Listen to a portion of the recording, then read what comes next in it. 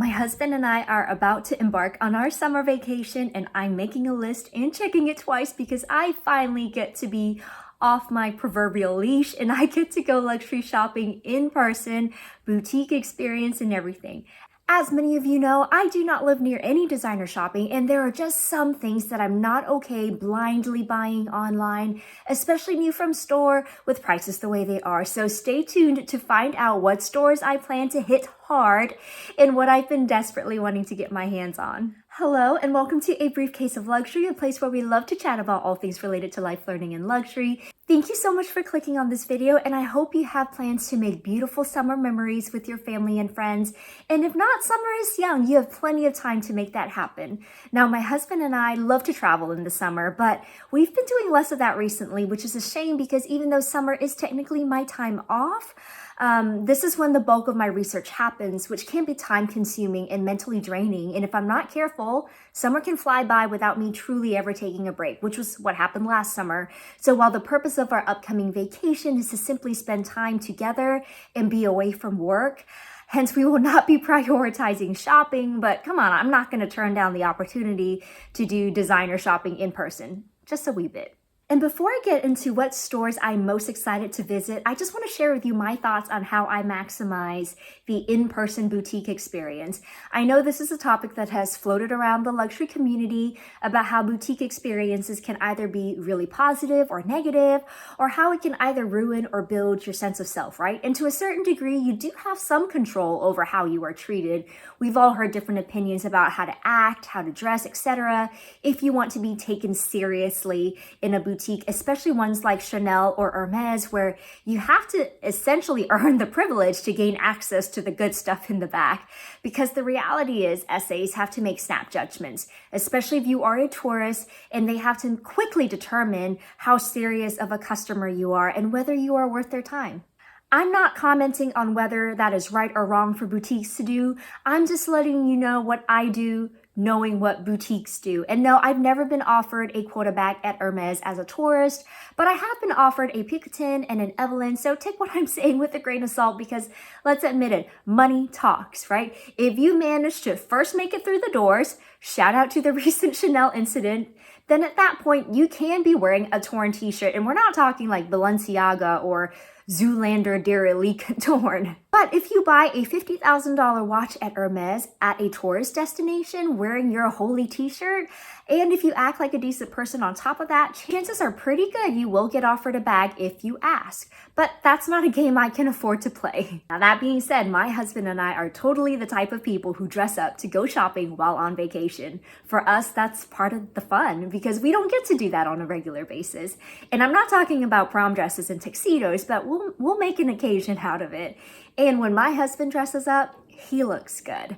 I've shared with you his designer work bags and his shoe collection. I mean, a girl with a designer bag is a dime a dozen, but for a married guy to dress well and not act like he's been dragged into the store against his will, I think the staff find it endearing. For instance, I don't know if he's ever worn his Hermes polo into an Hermes store and not been complimented by the staff on how good it looks on him, and I 100% agree. So I will say it's a complete possibility that we often get treated fairly well because of him. Again, not saying that's right, that's just how it's been for us. And while I'm not intimidated by boutiques, I do understand the stress when it comes to feeling that expectation to buy, especially when you are sending a signal, dressing a certain way.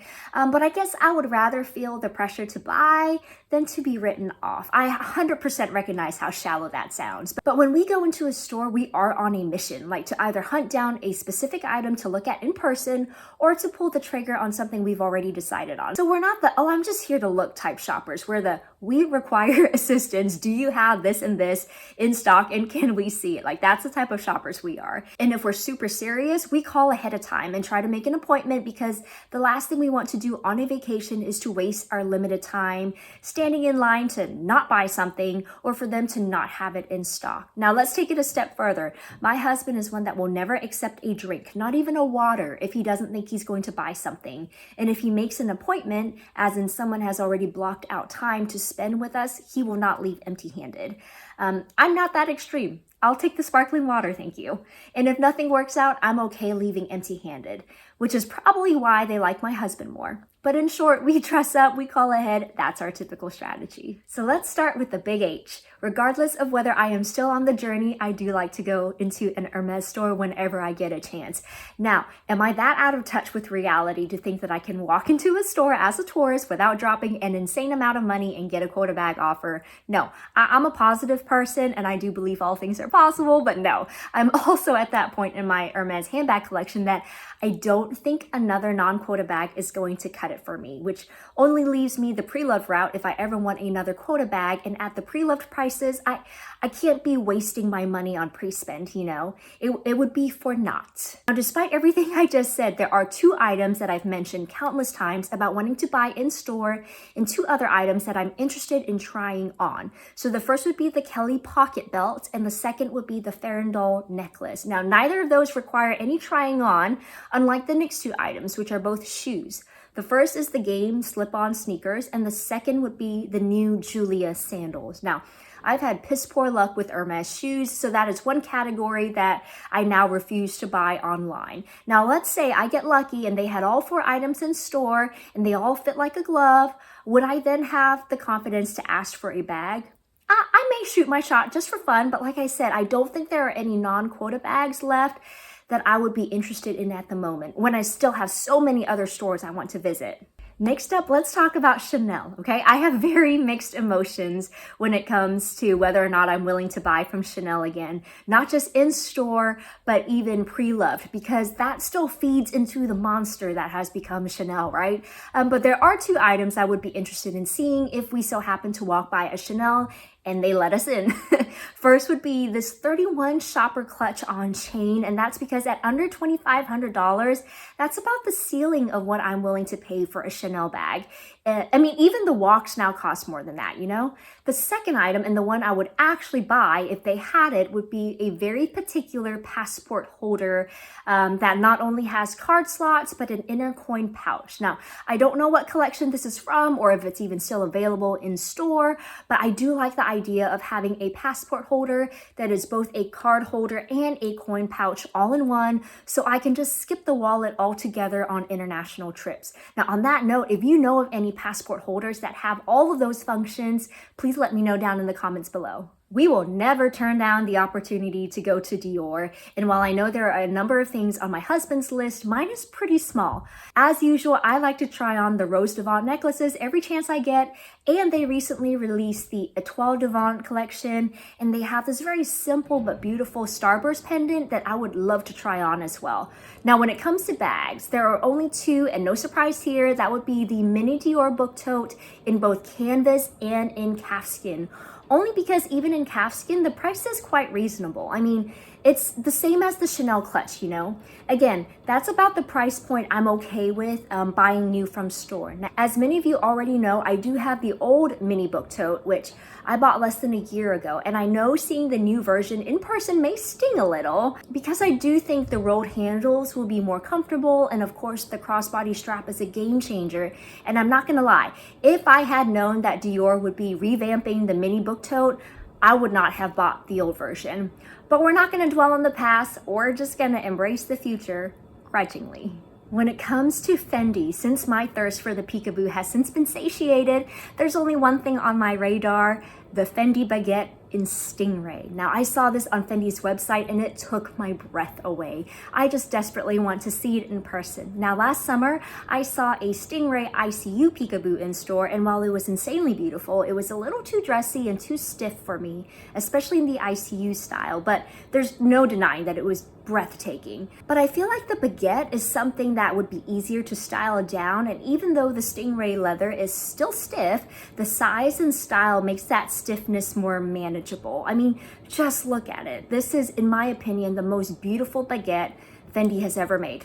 Now, we're definitely not going to pass on Cartier because my husband wants his own Trinity rope bracelet, but for me, there are several items on my list, not to buy now, but just to try on. For instance, I've talked about wanting the small Panthère ring, but I have really skinny fingers and I just need to see if this ring is even a possibility.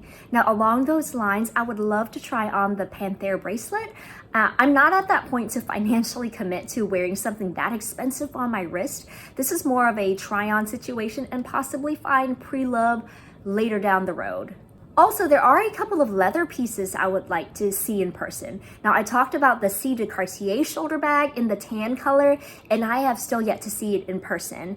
I just want to get a feel for the flap and how much that smooth leather will crease at the bend over time. Also, Cartier has a new-ish Trinity mini shoulder bag, and to me, it's like a slightly more elevated version of the Celine Trio. Again, I just want to feel the leather because at $16.30, I think that's a steal, and I love the Trinity detail on the bag. And finally, there's a specific wallet style that I think is just called their business card holder with zip, and again, I just want to get a sense of how the emblems are attached, how much they stick out, whether they are going to snag or scratch the inside of my bags, etc. Now, Louis is always fun to visit, and in addition to the 4 items I've mentioned in my recent By the Pool video, the only other item that is not a new release, but it's something that I'm finally warming up to the idea of, is the Recto Verso wallet. Now, I'm not on the market for a new wallet because I just don't want to swap mine out until it completely disintegrates. But if I were, this is the forefront contender, and the Cartier ones would be slightly behind this. Now, I don't find this design particularly inspiring. I prefer the Cartier ones, but I just love the fact that it's a 3-in-1 wallet. It looks like someone on the Louis design team just took a key clay pouch, a card holder, and a coin purse and just duct taped it all together for one unstoppable wallet combo, like Power Rangers style. Now, my one thing is that I do have the key clay pouch, which I only ever use on trips, and I know there was a mass resignation of those to the pre-loved market when this Recto Verso wallet was released, and so I get it. If I bought this, this would also render my key pouch obsolete, but I still want to see it in person. Oh, and I suppose the other thing at Louis would be the Pilot sunglasses. So this is old news. I've been obsessed with these for years. I've just never pulled the trigger on them. So my guess is I will go try them on like I do every chance I get, and that'll be that. Now, I know Balenciaga is still a very divisive brand, and even just mentioning their name can be triggering, but regardless of whether they are on your poopy list or not, their new Rodeo bag, I've only ever seen pictures, but from what I can tell, it is everything I could want from the Hermes Kelly, right? This truly is its sloppy sister. Like, forget its country cousin, the Her bag.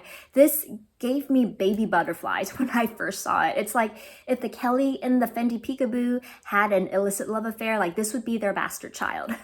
Now, I do need to see it in person, but based on pictures, I can't fault it. Like, I love the double slit pockets in the back. My Halton has the same feature, and it just helps prevent the back pocket from being overstuffed and from sagging over time.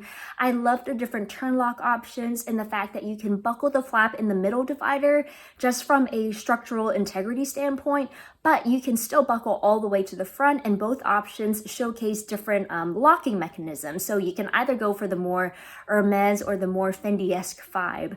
I can't gauge how popular this bag is or how easy or difficult it will be to get my hands on it, but at its price point, I mean, I am willing to do a blind buy online, but still, I would much rather see it in person first. And last on my list is Armani, and there would only be one goal: to see the La Prima Soft collection.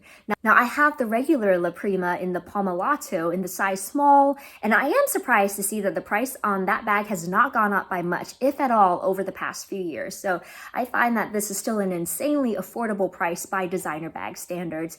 And while I still love that bag, I can see how A, the smooth, shiny leather can be scary to use, and B, this bag is very structured and stiff, so in comes the new La Prima Soft collection. Now, I hate the fact that these are more along the lines of designer prices that we are used to seeing now. So this newer collection is like on average $1,000 more expensive than the original, but I still just want to take a peek at it and just see for myself, like, how soft are we talking?